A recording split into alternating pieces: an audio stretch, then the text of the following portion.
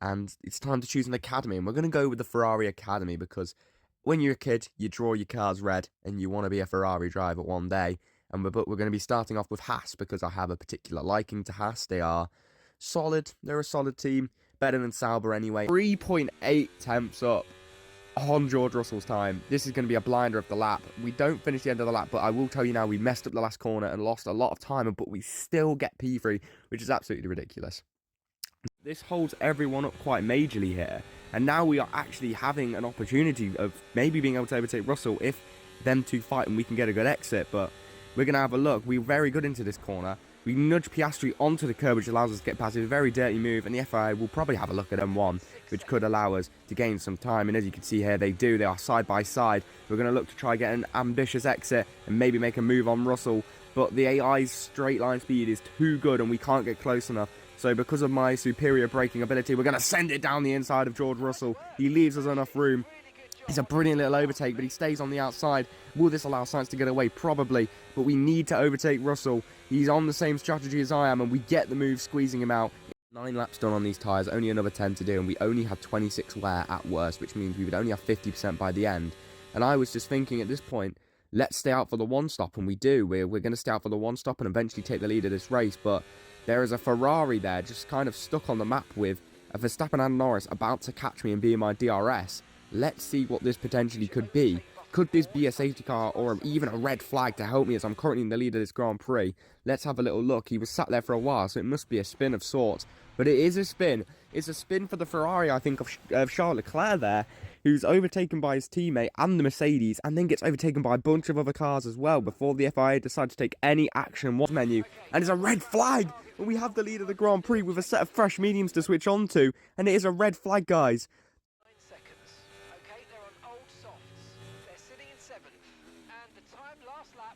Yeah, that's right. Hulkenberg is in P7. He also hadn't boxed when that red flag came out, and he's now taking advantage of it. I think he has now been overtaken by Oscar Piastri as we come on here to the last lap. Hulkenberg in 8th, us battling for 3rd against Fernando Alonso and Lando Norris, sorry. Not Oscar Piastri, he's just overtaken Hulkenberg. But here we are, catching Alonso. We need to make this move. Norris has got the overspeed in a way quicker AI car. Alonso's going to defend Norris and allow me to sail around the outside on the late braking that we have with this setup. And we're going to go round the outside. We're going to put our car on the inside, force him to go wide. And we've now got a chance. He's going to have more straight line speed. Alonso should be closing the door here, but a man with that much experience doesn't close the door and lets me outbrake him on the outside. But Alonso is still there. On the last lap of the Grand Prix, we squeeze him out. He's coming on our inside onto the last corner here, but we squeeze him out. And as we come up to the line, in a Haas, on merit, with not a lot of race pace, we did enough with the red flag and the look of the red flag to get P3.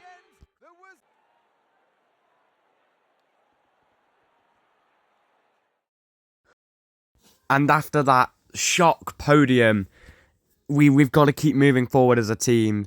So welcome back, guys, to episode 2 of the driver career mode with Haas. We might not be staying with Haas forever, as I alluded to in the last episode, but we're going to be here for this season at least. And the first thing we're going to be doing to try take Haas as far as possible is upgrade, and we are going to be making a powertrain upgrade if possible today, plus a couple of other upgrades from the last episode from myself and Hulkenberg should be coming through. But we've also unlocked the ability to have objectives, complete any session with the fastest lap.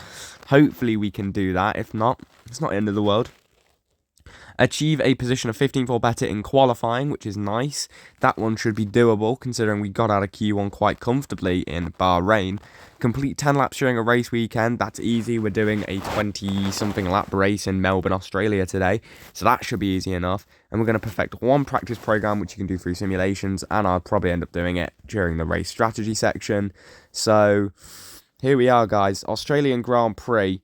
This was me loading back onto the save after a break after the first race in Bahrain, and we've got our upgrades to do, so let's see if they're going to come in. The first one is a cockpit weight reduction by a Hulkenberg, and it's going to fail.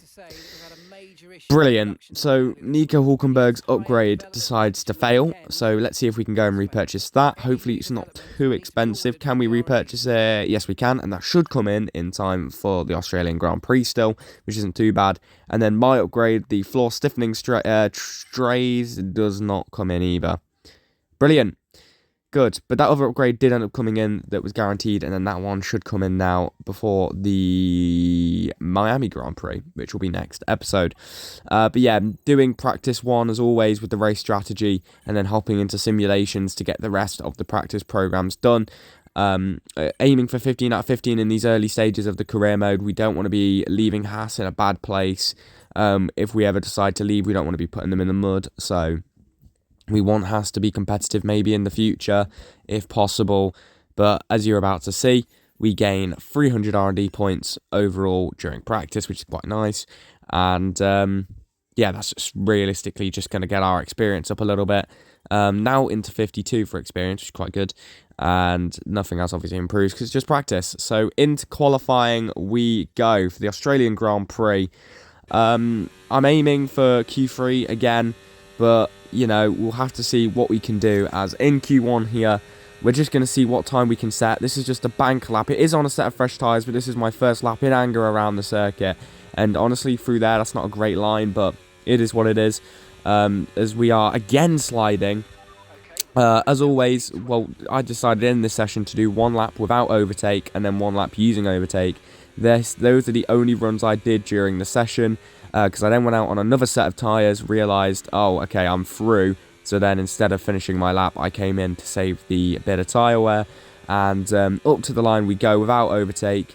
We set a pretty poor lap time, but we gained 4 tenths using ERS, which meant we were through in 6th position on them 1 set of tyres. Technically, we did use another set, and that set that we did an out lap and a lap in, but we didn't complete, are going to be the set that we use to start Q2 before we chuck on another set of fresh tyres. But here we come through the middle sector, nicely done in that corner there, using as much ERS as we can. We still have a little bit of deploy left over, not a lot of ERS itself, but hopefully that'll be enough to carry us up to the line. A little bit of a step out there onto the right-hander, we take that quite nicely, almost flat that corner, eventually might become flat later down the line, maybe in a quicker car and a better car later on in the seasons. As we come around the final corner, we take that quite nicely as well, up to the line. It's going to be a 18.5, but now let's do a lap in anger on fresh tyres and leave you guys to watch that.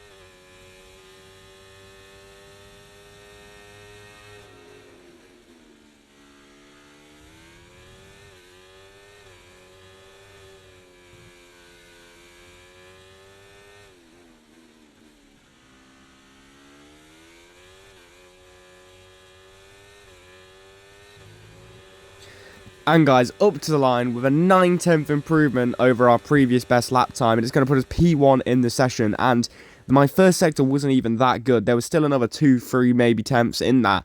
And we set a 1:17.6, which is ridiculous. Next episode, guys, this AI will definitely be going up. And I know I'm Mr. Saturday. I'm very good in qualifying and I don't have very good race pace. But we're definitely going to be putting it up to 98 AI for the next race. Because, you know, that lap was absolutely incredible. One of the best laps I've done on an F1 game. And definitely the best lap I've done on this game so far. But in this lap, it's a very, very scruffy lap. And it just gets made even worse by getting caught on that curb and having a half spin there, which doesn't help us out whatsoever.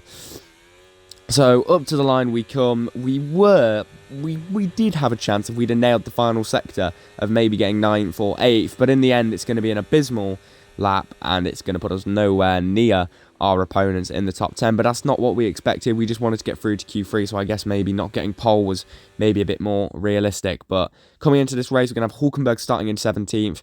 He was 1.8 seconds off the fastest lap time in the end, and I was 1.3 off it. So in the end, we actually weren't that far apart in terms of lap time, so maybe a bit more realistic, but my lap was absolutely abysmal. It's going to be a simple one-stop race today, mediums to hards. Let's hope that we can maybe get a better start than we did last time out in Bahrain on those 2 occasions, and let's see what we can do, because we get a purple grid slot. In Bahrain we had red and it cost us. Let's see what we can do now with this purple grid slot. As all the cars come in, we're going to aim today to maybe finish inside the top 8 with some maybe retirements or some incidents or an undercut maybe, but let's see what we can do. 5 red lights for the Melbourne Grand Prix in Australia, and it is lights out and away we go, and we actually get a pretty solid start. As you can see there, Piastri on that left hand side of your screen gets an absolutely abysmal start, and we're going to go sailing past Piastri. The Mercedes are side by side, so we can't sneak our way through. Otherwise we may have had a couple more positions there into turn 1, but the Mercedes are still side by side, and this is going to actually cost us. The Mercedes aren't willing to let each other through, and I'm not going to risk sending it up the inside there and making it 3 wide, so we've just got to sit behind the Mercedes. Moving on to lap 4, as you're going to see, look on the mini-map, there is a train from P1 all the way down to P10 consisting of the fastest cars, the 4 fastest cars, Alonso and myself, so the 2 fastest drivers outside of the 4 fastest cars, and we're just sat here in a train, just keeping with George Russell, not letting Piastri through. And to be honest with you, we've been doing this for laps now, and I'm going to give you a little hint. This is going to continue for many laps. So let's see if we can make something happen. Maybe we can shift up the order without losing position or DRS ability to Hamilton.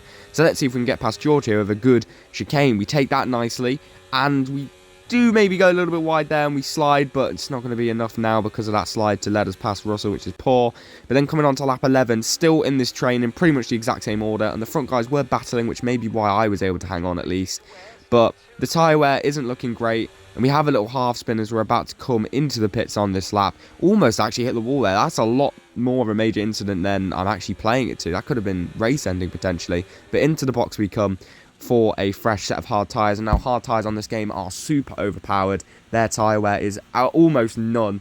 So in the future, what I'm thinking about doing is just doing a load of one stops onto hards, to be honest with you, and doing like 20 laps on hards, because they are an incredible race tyre. But here we go onto them, hoping for an undercut here, if possible. We come out behind a little bit of traffic, so we're going to have to deal with that traffic. Those likes of Sargent, Gasly, Hulkenberg, Guan Yu Zhou. Hulkenberg, my teammate. But these guys are battling in front of me, and not only are they slow, but they are also battling, which is absolutely... it's just really annoying. And we don't have the straight line speed to just breeze past them, so we've got to send it with fresher tyres under braking. We get past Sargent and manage to squeeze ourselves past Gasly. Yes, a little bit of a corner cut, but is it necessary to get past these slower cars? Yes. And now we've got Joe and Hulkenberg just ahead. Hopefully one of these guys will pit. And eventually, by the time other cars come into the pits, we've got to send it on Joe because those guys are coming out and we need this undercut position. We do go a little bit wide, but we get ourselves on the grass, which costs us. And now we are up into P10, but there's still more drivers yet to pit. And once all of the drivers have pit that are meant to, we are going to be almost neck and neck with Carlos Sainz here, as you're about to see, and almost run into the back of Carlos Sainz. We're going to go around the outside of Sainz. He's on those slower hard tyres that aren't warmed up yet. We're going to squeeze him to the outside. We're going to send it down the inside. He's not going to have the same grip that we do. And are we going to be able to do it? No, we make contact with Sainz, but luckily no damage for either of us, and it's going to mean that we don't get the position basically. But on to lap 15. Sainz's tyres are still cold. We've been able to pull back up to him even after that little incident. We're going to go for the move now on Carlos Sainz. See how much more speed we have when the car in front doesn't have DRS and we do. We actually have decent straight line speed. But if the car in front of me has DRS, there is no chance of us overtaking them. It's so annoying. But on to lap 17 now. We've managed to pull ourselves towards Perez, just showing how much actual race pace we've had in this Grand Prix. And the fact that we've just been sat behind cars DRS training each other has really cost me. Maybe even having a chance at a win.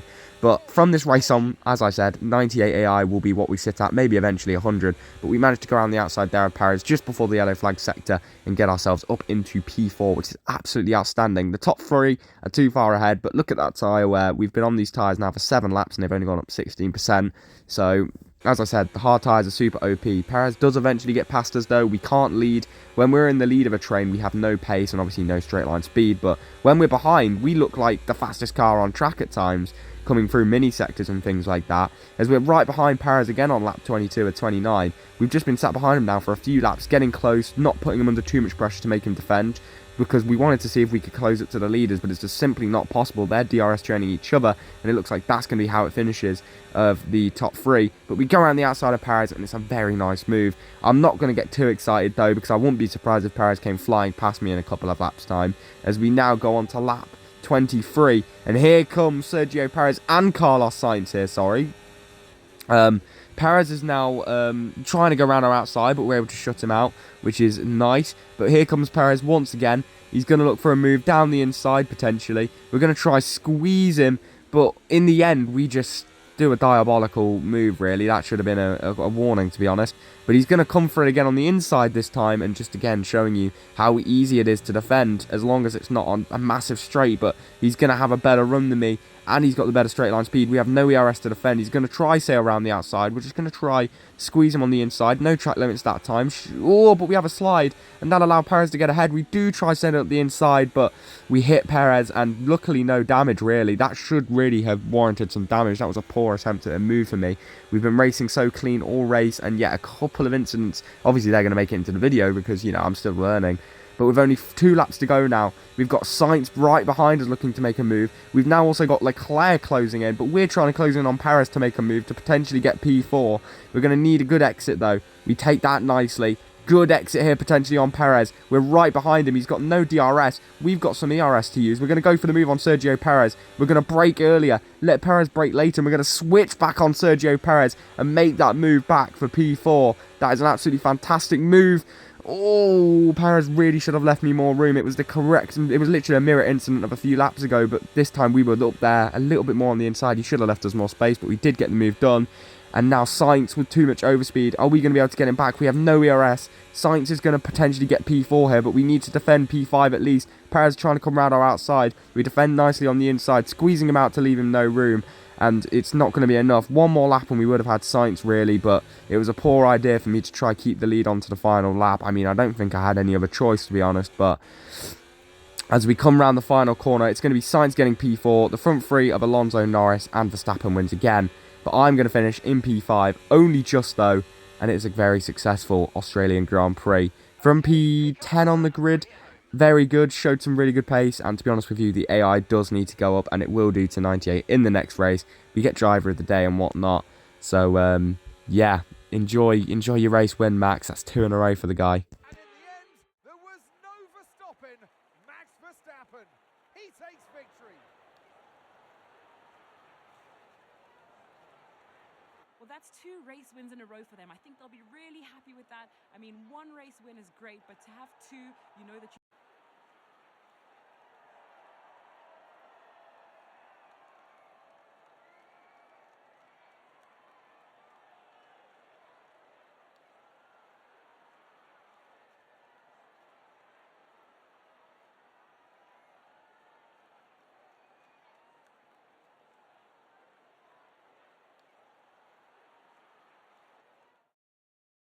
So yeah, in the end, probably what would be considered a very popular podium there. We get P5, as I said, 10 more points in the bag. My fastest lap wasn't actually that far off everyone else's. It was actually quite a good fast lap, the best lap of the Grand Prix. Hulkenberg finishes down in 18th, the last of the finishers, which is just really poor. But we are still 5th in the Drivers' Championship. Now it seems like Max is just going to win this championship. Hulkenberg still manages to keep 10th somehow, and in the Constructors, we are 4th, only just ahead of Ferrari. Mercedes have had a really poor start to the season, and Sauber actually managed to get a point in Bahrain. I actually didn't know that. But yeah, it's been an interesting start to this career mode, if I'm going to be honest with you. We have put the AI too low, so now we need to keep putting it up until we're finishing consistently around 10th and 11th every race. So yeah, that's what we're going to do from next episode in Miami onwards. But first of all, you know, you normally leave these into the next video. We have a secret meeting. And now if this is like a Ferrari or an Aston Martin or, you know, a Mercedes, a Red Bull, we might consider this. So let's see what the secret meeting is going to be. Because if it's one of the bigger teams, I'd even consider going to a different academy, potentially, to potentially get ourselves further up the grid. But the only real step from Haas is a really big team. But that looks like Visa Cash App. So, unfortunately, sorry, but you are literally worse than us. I know you have a better car, better rated development, and you work with Red Bull, who are the fastest team. But I want to stick loyal to Haas, and I'm going to decline them talks. So, yeah, another incident you missed during the race was this monstrosity, which didn't end up in a safety car or a red flag somehow.